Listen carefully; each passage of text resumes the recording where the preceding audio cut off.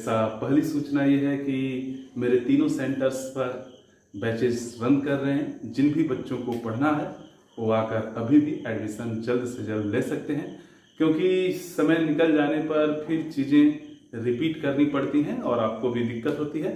तो ये सूचना थी। और दूसरी सूचना ये थी कि आज 10th का अंतिम वीडियो है।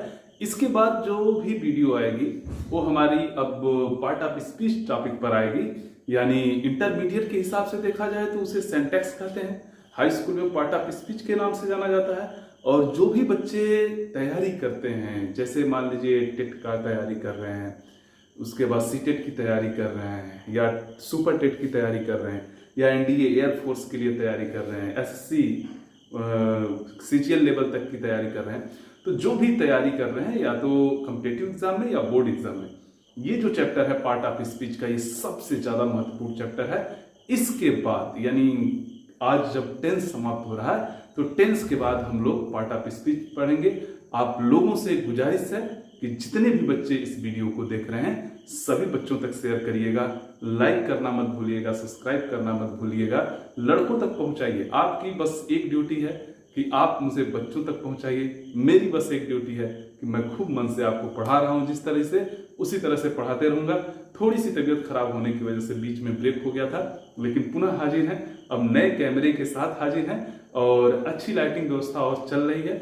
हाँ, चीजें धीरे धीरे और ज्यादा इंप्रूव होंगी, लेकिन एक चीज कहना चाहूंगा कि आप जो सेंटेक्स यानी जो पार्ट ऑफ स्पीच पढ़ने जा रहे हैं, यानी आने वाले समयों में, यानी बस मान कर चलिए 2-4 दिन से स्टार्ट हो जाएगी। पूरे रिसर्च के बाद चीजें पढ़ाई जाएंगी और इस तरह से चीजें आपके सामने परोसी जाएंगी। पूरे यूट्यूब पर आप जाइएगा, सर्च करिएगा। मेरा दावा है कि वैसा कंटेंट आप नहीं पाएंगे। पूरे रिसर्च के बाद चीजों को लाऊंगा और मेरा अपना दावा है कि मैं पढ़ाऊंगा और आप बिल्कुल भूल नहीं पाएंगे। तो उस दावे पर खरे उतरने की कोशिश रहेगी। हमारे जितने भी विद्यार्थी हैं आप लोग सराहना के पात्र हैं। आप लोगों की वजह से अब हमारी संख्या धीरे धीरे धीरे 1100 विद्यार्थियों के करीब पहुंच गई है। और मुझे ऐसा लगता है कि जिस तरह से आप विद्यार्थी जुड़े हैं और लोगों को तेजी से जोड़ रहे हैं, ये संख्या जल्द से जल्द 10,000 तक पहुंचेगी। और जैसे जैसे हमारा पार्ट ऑफ स्पीच टॉपिक समाप्ति की ओर अग्रसर होगी, हम लोग उस एक छोटे से गोल को भी अचीव कर लेंगे। पहुंचना तो मिलियंस में है। देखते रहिए और पढ़ते रहिए। फिलहाल आज का विषय वस्तु है future perfect continuous tense. Future perfect continuous tense नाम से ही स्पष्ट है। फ्यूचर का मतलब आने वाला समय। आने वाले समय में जिस कार्य के बारे में जिक्र किया जाएगा वह क्या हो चुका होगा, पूरा भी हो चुका होगा, कुछ कार्य पूरा हो चुका होगा और कुछ कार्य प्रगति पर भी होगा, यानी लगातार चल भी रहा होगा। यानी आने वाले समयों में ऐसे कार्य के बारे में आप जिक्र करेंगे जो कुछ तो पूरा हो गया होगा और कुछ चल भी रहा होगा। यानी आने वाले समय में, यानी आने वाले भविष्य काल में जिस क्रिया के बारे में आप किसी से जिक्र करेंगे वो क्या होगा, कुछ तो पूरा हो चुके होगी और कुछ प्रगति पर भी होगी और आने वाले समयों में ही जाकर वो समाप्त भी हो जाएगी। जैसे मैंने कह दिया, कल इस समय हम लोग 2 घंटों से बातें कर रहे होंगे, यानी कल आएगा और इस समय भी, यह समय भी आएगा और इस समय हम 2 घंटों से बातें कर रहे होंगे, यानी 2 घंटे तो अपने पूरे कर लिए होंगे, उसके बाद भी आगे बातें करते ही जाएंगे। यानी एक निश्चित समय पर कुछ कार्य पूरा भी हो गया होगा और कुछ आगे चलता भी जाएगा। इसी को हम कहेंगे फ्यूचर परफेक्ट कंटीन्यूअस टेंस। जैसे एक और एग्जांपल लेते हैं। जैसे मैंने कह दिया 12 अप्रैल को इस समय हम लोग नाच रहे होंगे, तो ध्यान दीजिएगा 12 अप्रैल आएगा और 12 अप्रैल का मतलब आपका सीधा सीधा आने वाला समय, और आने वाला समय यानी फ्यूचर टाइम, यह समय भी आएगा और इस समय हम लोग 2 घंटों से नाच रहे होंगे। तो 2 घंटे तो इस समय, यह समय आते आते 2 घंटे तो हम नाच ही लिए होंगे और आगे भी नाच ही रहे होंगे। तो जो 2 घंटे पूरे हो गए आने वाले समय में वो फ्यूचर के परफेक्ट हो जाएंगे और जो कार्य चल रहा होगा वो कंटिन्यूअस, यानी इस तरह से यह सिद्ध होता है कि यह फ्यूचर परफेक्ट कंटिन्यूअस टेंस है। एक और एग्जांपल देते हैं। जैसे मैंने कह दिया 10 अप्रैल को हम लोग 3 घंटों से नदी में स्नान कर रहे होंगे। 10 अप्रैल को हम लोग इस समय 3 घंटों से नदी में स्नान कर रहे होंगे। तो 10 अप्रैल भैया आने वाला समय है और हम लोग इस समय क्या कर रहे होंगे, 3 घंटों से नदी में स्नान कर रहे होंगे, यानी वो 3 घंटा, इस समय तो 3 घंटा तो स्नान करने की प्रक्रिया पूरी हो गई होगी और आने वाले समयों में भी वो चल ही रही होगी। तो जाहिर सी बात है, इस तरह से यह सिद्ध होता है आने वाला समय और कुछ कार्य पूरा, कुछ कार्य कंटिन्यू रूप से, जो कार्य पूरा वो परफेक्ट, जो कार्य कंटिन्यू रूप से चल रहा है वो कंटिन्यूअस। इसका मतलब यह सिद्ध होता है कि यह फ्यूचर परफेक्ट कंटिन्यूअस टेंस है। हिंदी में कैसे देखते हैं, जिन हिंदी वाक्यों के अंत में रहा होगा, रही होगी, रहे होंगे आदि शब्द आते हैं उन्हें हम क्या कहते हैं, फ्यूचर परफेक्ट टेंस का वाक्य समझते हैं। लेकिन ध्यान दीजिएगा, रहा होगा, रही होगी, रहे होंगे आदि शब्द आएंगे और वाक्य में समय भी दिया गया होगा। तो वाक्य में समय दिया गया होगा, रहा होगा, रही होगी आएंगे, ये हिंदी के लिए जानने के लिए। लेकिन कॉन्सेप्ट यही है कि आने वाले समयों में जिस कार्य के बारे में, जिस भी क्रिया के बारे में जिक्र किया जाएगा वह कुछ तो पूरी हो गई होगी और कुछ लगातार चल रही होगी।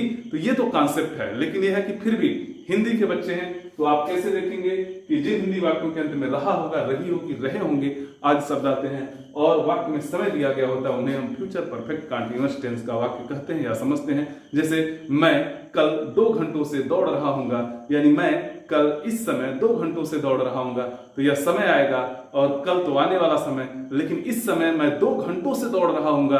तो जब मैं आपको मिलूंगा तो 2 घंटा तो दौड़ ही लिया हूंगा और आगे भी दौड़ता ही जाऊंगा। तो जाहिर सी बात है, फ्यूचर परफेक्ट कंटीन्यूअस टेंस। इस प्रकार के वाक्य आएंगे तो अनुवाद करने का नियम क्या होगा, सबसे पहले सब्जेक्ट को लिखते हैं, फिर हेल्पिंग वर्ब विल या सेल के साथ have plus been plus main verb में ING plus subject plus for या सिंस प्लस टाइम। तो आइए देखिए, सबसे पहले सब्जेक्ट को लिखते हैं। ध्यान दीजिएगा, मैंने बार बार बताया है मॉडर्न ग्रामर में लोग बिल का प्रयोग ज्यादा करते हैं, सेल का नहीं, लेकिन आप फिर भी जानेंगे बिल के साथ, बिल और सेल के साथ है plus been plus main verb में ING plus subject plus for या सिंस प्लस टाइम। ये होता है इसका अनुवाद करने का नियम। एक बार और देखिएगा, सबसे पहले सब्जेक्ट, फिर बिल या सेल में से कोई एक, फिर आपका है, फिर बीन। आप कहेंगे कि सर ये बीन कहां से आता है, ध्यान दीजिएगा, ये परफेक्ट भी है और कंटीन्यूअस भी है। तो जाहिर सी बात है, आप कल्पना करिए कि जैसे एक सीधी सी बात है, जेंडर की बात कर दिया जाए तो मेल होता है, फीमेल होता है, एक बीच का भी होता है। तो जो मेल है वो मेल है, जो फीमेल है फीमेल है, जो बीच का है वो दोनों है, यानी मेल भी है फीमेल भी है। इसी तरह से भी है, ध्यान दीजिएगा, ये परफेक्ट भी है कंटीन्यूअस भी है। यानी फ्यूचर का परफेक्ट जब आप पढ़े थे तो आप पढ़े होंगे subject plus helping verb bill या सेल के साथ है प्लस मेन वर्ब की थर्ड फॉर्म। आप फ्यूचर परफेक्ट वाला वीडियो जाकर देख लीजिएगा, वहां बताया गया था मेन वर्ब की थर्ड फॉर्म, यानी subject plus helping verb bill या सेल प्लस है प्लस मेन वर्ब का third form plus object plus other word. यही तो आप पढ़े थे फ्यूचर परफेक्ट में, सेम वही है।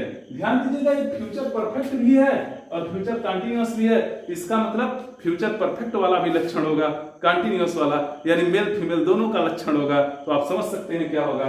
तो जाहिर सी बात है, ये subject plus helping verb bill या सेल प्लस है, अब ये परफेक्ट बता रहा, अब बीन क्या है, बी का थर्ड फॉर्म है। तो जाहिर सी बात है, ये थर्ड फॉर्म को इंडिकेट किया। उसके बाद मेन वर्ब में जब आईएनजी लग जाता है तो कंटिन्यूटी को बताता है, फिर ऑब्जेक्ट, फिर समय बताना है तो फॉर या सिंस का प्रयोग करते हैं। लेकिन ध्यान दीजिएगा, कुछ मॉडर्न ग्रामर के लोग यानी मॉडर्न ग्रामरियन ऐसा मानते हैं कि जहां सिंस लगाते हैं वहां फ्रॉम भी लगा सकते हैं।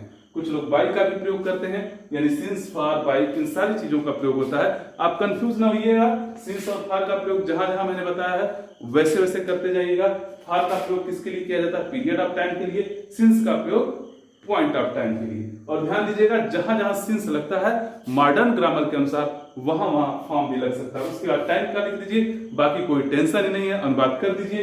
जिसे मैंने कह दिया कि रवि सब्जेक्ट, ये देखिए सब्जेक्ट, उसके बाद मैंने कहा बिल या सर, तो देखिए हेल्पिंग वर्ब, उसके बाद देखिए है, उसके बाद बीन, उसके बाद मेन वर्ब में आईएनजी, उसके बाद ऑब्जेक्ट, उसके बाद फॉर, उसके बाद समय 2 आवर्स, और अच्छा कब से, बाई दिस टाइम, इस समय, टुमारो यानी कल। तो इसकी हिंदी क्या होगा, यानी रवि, ठीक है, रवि, अब देखिए यहां दिया है 2 घंटों से, रवि इस समय, रवि कल इस समय 2 घंटों से गाना गा रहा होगा।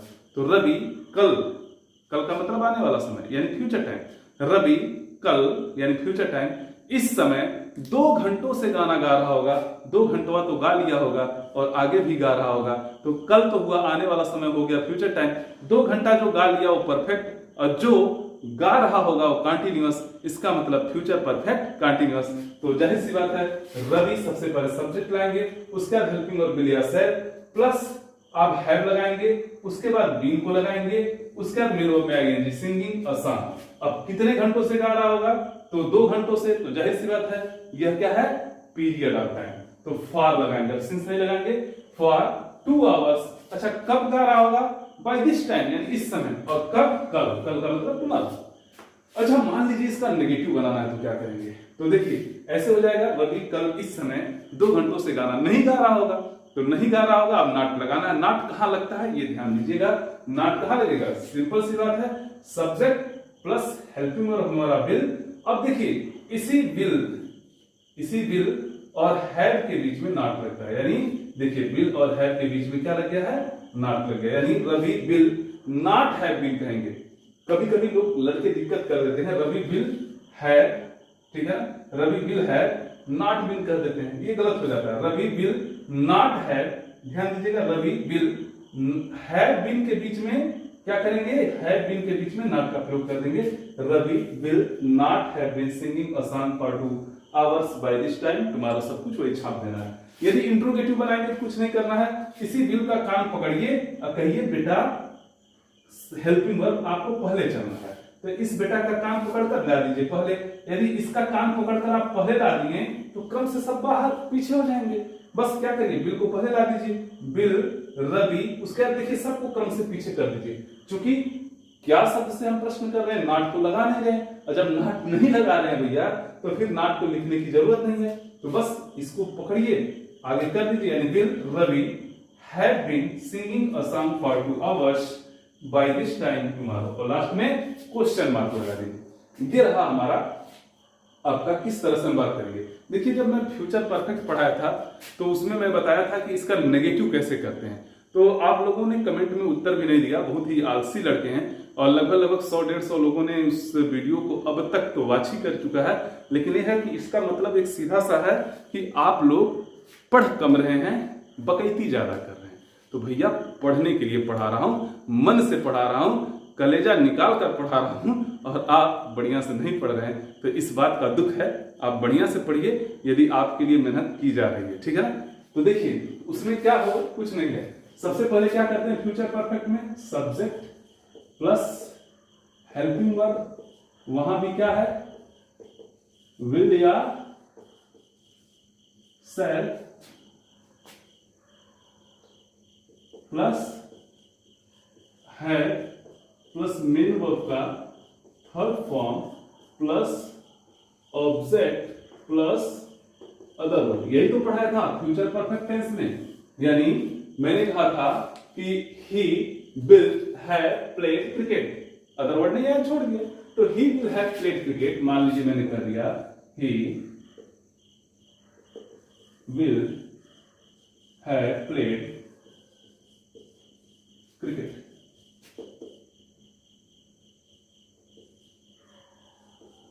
He will have played cricket। अब इसी का नेगेटिव बनाना है, मैंने कह दिया he will have played cricket का आप नेगेटिव बना दीजिए। तो कैसे बनाएंगे, कुछ नहीं करना है, आपको सिंपल सी बात है, he will not have, यानी इसी will और have के बीच में not का प्रयोग कर देना है, यानी आप लिख देंगे he will not have played cricket. अच्छा इंट्रोगेटिव बनाना है, कुछ नहीं करना है, फिर इसका काम पकड़िए पहले कर दीजिए, यानी हेल्पिंग वर्ब को पहले कर दीजिए, उसका क्रम से सब क्या हो जाएंगे, पीछे होंगे। Will he have played cricket, last में क्वेश्चन मार्क लगा दीजिए। तो ये था आपका ये नेगेटिव बनाने का, ये किसका था, फ्यूचर परफेक्ट टेंस, जो इसके पहले वीडियो टेंस पर आया था उसका था। तो आज हमारा जाकर पूरा टेंस समाप्त होता है। आई होप कि आप लोगों को पूरा टेंस ज्यादा से ज्यादा एंजॉय करने का मौका मिला होगा। बस इसके पहले जो वीडियो रिकॉर्ड होती थी उस वीडियो उसका कैमरा जो था वो थोड़ा हल्की क्वालिटी का था, अब अच्छी क्वालिटी का आ गया है। अब बस एडिटिंग और थोड़ा सा अच्छे सॉफ्टवेयर की जरूरत है और अच्छी लाइटिंग की जरूरत है, जो काम चल ही रहा है। जैसे ही आपका सिंटैक्स चैप्टर यानी पार्ट ऑफ स्पीच चैप्टर चालू होगा, फिर किसी चीज की कमी नहीं रहेगी, सारी टेक्नोलॉजी हम लोगों के पास होगी। लेकिन ये है कि अभी हम लोग जितने भी सब्सक्राइबर गेन किए हैं, जितने भी जो भी कुछ गेन किया गया है यूट्यूब पर, वो सब उस पुराने कैमरे की ही देन थी और आप लोगों की जज्बात और हमारी हिम्मत की देन थी। नहीं तो हम पुराने कैमरे के सामने खड़े होने के मूड में नहीं थे। बट यह है, बच्चे इतने ज्यादा प्रेरित कर रहे थे, इतने ज्यादा बोल रहे थे कि सर पढ़ाइए पढ़ाइए, बहुत देर कर रहे हैं। तो ये सब बच्चों की ही कृपा है, बच्चों की ही वजह से है। और कृपा इसलिए कह रहे हैं क्योंकि बच्चे जो होते हैं वो भगवान के रूप होते हैं, तो इसलिए आपकी कृपा है और हमारा प्रयास है। आप सभी आगे बढ़िए, सुरक्षित रहिए, खूब बढ़िया से पढ़िए और तैयार हो जाइए कि हम लोग क्या पढ़ेंगे, पार्ट ऑफ स्पीच पढ़ेंगे। और ये दावा है कि पार्ट ऑफ स्पीच इस तरह से पढ़ाएंगे, इस तरह से पढ़ाएंगे, इतने मन और जोशो खरोश के साथ पढ़ाएंगे कि शायद ही YouTube चैनल पर जितने भी लोग पढ़ाए हैं उन सब में सबसे बेहतर आपका वीडियो दिखेगा और सबसे अच्छा कंटेंट देंगे, सबसे भरोसेमंद तरीके से पढ़ाएंगे। लोगों का मैंने वीडियो वॉच तो करता हूं मैं भी, तो बहुत सारी कमियां हैं। एक है, नाम नहीं लेना चाहूंगा, मिलियन सब्सक्राइबर है, बता रहे थे क्या नाम है, थोड़ा संकेत करना चाहेंगे, डियर डियर डियर करके हैं। अब बता रहे हैं कि 26 अल्फाबेट होते हैं। बताइए क्या पढ़ाए हैं 26 अल्फाबेट्स। हमारा वीडियो रिकॉर्ड करके उनको भेज दीजिए, हमें कोई डर नहीं है। लेकिन है कि आप बच्चों को क्या बता रहे हैं भाई, 26 लेटर्स होते हैं, alphabet, there is only one alphabet in English language, केवल एक ही अल्फाबेट है। पता नहीं कैसे लोग हैं कि आपको देख रहे हैं और मिलियन मिलियन सब्सक्राइबर्स आपके हैं। तो ये सब थोड़ी दिक्कतें हैं। यूट्यूब पर पढ़ाने वाले तो बहुत हैं, लेकिन रियल ज्ञान देने वाले 2-1 दिखते हैं, विरले हैं। तो इसलिए उन विरलों में अपना स्थान सबसे ऊपर ले जाना है। आप लोगों के सपोर्ट की जरूरत है और बहुत सारे विद्यार्थियों को पढ़ाना है। हिंदुस्तान से अंग्रेजी के डर को हटा देना है। हमारे जो भारत माता के सपूत हैं, जो इंग्लिश से डरते हैं, उनके मन से अंग्रेजों को मार मार कर तो खदेड़ दिया गया 1947 में ही।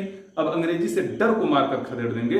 घबराइए मत, आप केवल मेरा साथ दीजिए और ये वादा है कि आने वाले 100 से 80 दिन में जितने भी वीडियो रिकॉर्ड करके मैं आपको भेजूंगा, यानी आपको दूंगा, आपके सामने परोसूंगा, उससे अंग्रेजों से तो हमारे स्वतंत्रता संग्राम सेनानी लड़कर उनको भगा दिए, अंग्रेजी से डर मैं भगा दूंगा।